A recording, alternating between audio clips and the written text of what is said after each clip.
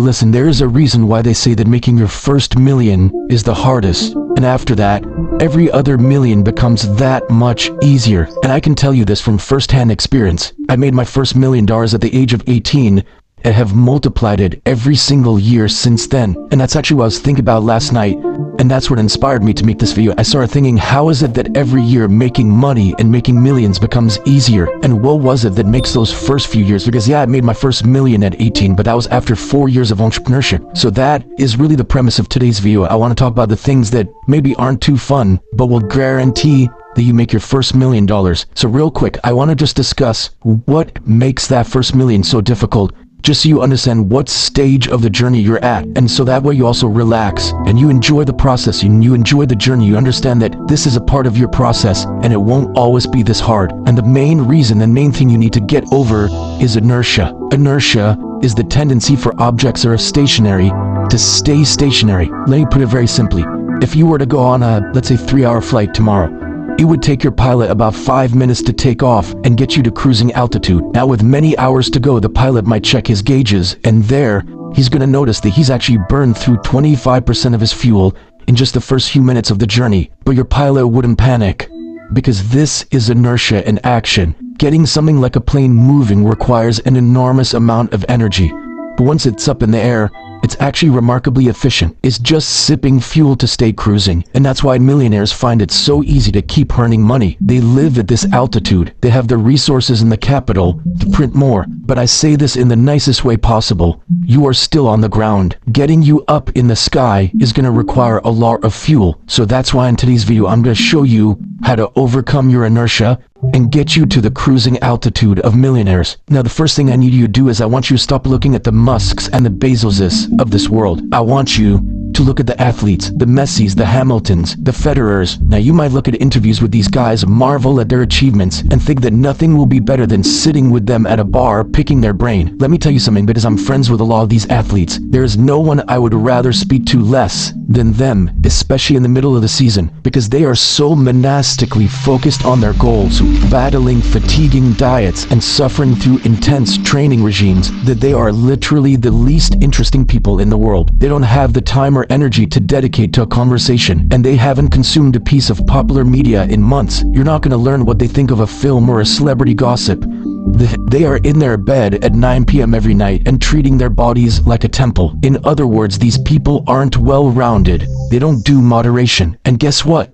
To make your first million, that's what's required of you. You need to remove that idea that you're going to be this perfectly well-rounded gentleman, just dancing and sauntering through life. If you are serious about making real money, you need to accept that everything you do needs to be singularly focused when you are first starting out. And before this starts to sound too much like inspiration porn, I need you to understand that this isn't the ideal human state. Humans need social interactions.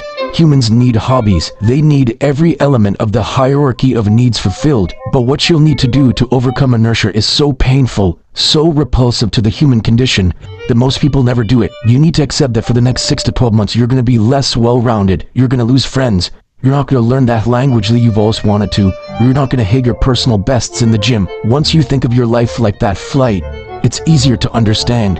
You need to sacrifice a hell of a lot of fuel now to cruise at that millionaire altitude later. And I can tell you this is something I personally experienced. 2017 and even 2018 when I made my first million, all the way even to, I'd say, 2019. Those 3 years between 2017, 18, and 19, I had no hobbies. I didn't see my friends. I didn't do anything. And the funny thing is, as my career progressed, I reintroduced those hobbies and I ended up making substantially more money. But for that beginning stage, I had to just focus. That new hobby I want to learn? No. Oh, coffee catch-ups with friends? No. Watching some new Netflix TV show? No. When you are first starting out, you just have to be in a season and a period of your life where you say no to absolutely everything and anything that doesn't have a clear correlation to your goals. Now, this video is all about the principles you need to apply to make money, but I also appreciate that there's a lot of you watching this right now wondering, okay, How do I actually make money? If you look at one of the most famous figures in British history, the twice Prime Minister, the Duke of Wellington. Maybe for those that didn't grow up in the UK like I did, this means absolutely nothing. But for anyone who's in the UK, you'll know that he is celebrated all over London with statues and pubs named in his honor. And his greatest victory was the defeat of Napoleon in the Battle of Waterloo in 1815. What most people don't know, unless you read extensive books on him growing up like I did, is that he was actually a great musician. In fact, as a child, that's pretty much all he did. That's all he succeeded at. He was regarded by his teachers, his parents, and anyone he worked with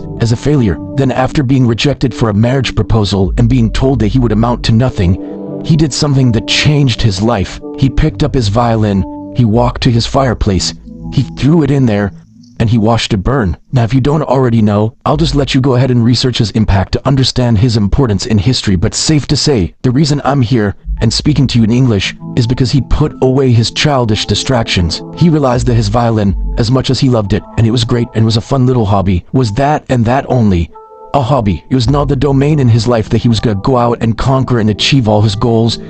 No, it was just a hobby. And to have that sort of insight is so special. Do you know, there's so many things in my life where they're hobbies, and I leave them as hobbies because I understand this is not my lane. And this, quite frankly, is a distraction. And I'm allowed to have hobbies, just as long as my hobbies do not distract me from the main thing. So as you hear all of this, to me it's still slightly baffling that you still have TikTok or Instagram on your phone, unless you are using it to monetize somehow. Now listen, we live in an attention economy, and there are thousands of people and businesses desperately trying to get yours. You have Meta and TikTok, who employ the same people who make gambling machines to program addictive qualities into their apps. Getting your attention back requires an incredible dedication to removing the distractions from your life. I remember when I was 14, I was flipping Instagram accounts. I bought a PlayStation, I was playing FIFA Ultimate Team. And in fact, I was actually even making money from FIFA Ultimate Team by trading players and then selling the coins on. But even still, I realized that this is holding me back from my greater ambitions, because I knew that it was a distraction. I knew that I would always rather be doing that than doing anything else remotely constructive. That you might be looking around your room and wondering if you could do the same thing. I'm not telling you to smash your PlayStation right now. Instead, let's start small. Go into your phone and just delete any app that looks like it could take a second of your attention without giving you something in return. So that's right, Instagram, gotta go. Delete Twitter, delete TikTok. Now, if you are making money from these things, very different story. That's a topic for another day, and that's something that I'll be putting out a lot more content about in the future. But if you're on Twitter just because you like seeing random bullshit on there, how is that serving you? In life, you always want an equal exchange. So ask yourself, if you had a friend that all they did was take and give you nothing in return, would you still want to be friends with them? Okay, cool. Well then, why are you on Twitter? Why are you on TikTok? Unless you're getting something back in return, why are you on these platforms? And by the way, I'm on these platforms. You might even be following me on these platforms. So it's not in my best interest to tell you to delete them, but just fucking delete them. And I hate to be the one to say this, but these distractions aren't limited to technology. If you're watching this, more than likely your friends are trying to invite you on Fridays to have little gaming parties, or maybe go get shit-faced at the local bar. Now, I'm not saying that you need to cut these people out forever or remove them from your life, because for me, honestly, it's very good for the soul sometimes to just go and be stupid with your friends and have fun and just act your age, especially for boys. It's just good to be with your guys sometimes, and there's nothing wrong with that. But you need to understand, for the next 6, 12, 18 months, they are not going to be on the same wavelength as you. So you need to decide whether 7 hours of socializing and a hangover every week are really worth it to you right now. So as you're trying to get this plane off the ground, do you really want to do it in stormy conditions? Do you really want to do it with the winds working against you? Now is not the time for distractions. Now is the time for work. Unsurprisingly, this level of work and commitment is not sustainable. It's going to make you sick, and it's going to make you a pretty miserable person to speak to. So that's why you need to set realistic goals and a time limit to this dedication. And one of the most common mistakes I see people making when they start out is making wildly outlandish predictions and goals. You know, I'm willing to bet that if you scroll to the comments of this video, you'll see someone saying that they're going to comment again in a year's time when they're on a yacht with me smoking a cigar. And to that gentleman, take this in the nicest way possible. You're probably not. Now, in 3 years, 5 years, maybe 10 years, that could be a totally different story. And by the way, constantly in my life, I have these crazy situations where people that I was watching 10 years ago on YouTube or watching their content think, oh, it'd be so cool to meet this person or hang out with this person. We now meet as peers. So this stuff takes time. You just need to understand that in the short term, in the next year, you probably won't become a millionaire. and that's totally fine. Now, maybe your business does $1 million in revenue, but that doesn't mean that you are a millionaire. To me, what being a millionaire is actually having profited $1 million, as in taken home personally $1 million. That's step number one, or even better, having $1 million in cash. To me, that's what makes you a millionaire. So is it realistic that that's gonna happen in 1 year? Probably no. Obviously, unless you have a pre-existing business, you have some pre-existing background, and you're just scaling up what you're already doing. But as a beginner, no, it's not realistic, and that's fine. But that's 1 year. What you can accomplish in 5, 8, 10, 15 years is beyond your wildest fucking imaginations. So to the people who have these wild aspirations with no timeline and realistic goals, you're forgetting the whole point of this video. That getting started is the hardest part of the journey. Take this as someone who's made hundreds, then thousands, then millions, then tens of millions. Your first 10,000 is always the hardest, but once you do, you'll have overcome the inertia that binds at stationary objects. Next, you need to set a realistic time limit to achieve these goals in. I'm not saying this to be kind or to say that you need to work hard for 3 months and then give yourself a week break.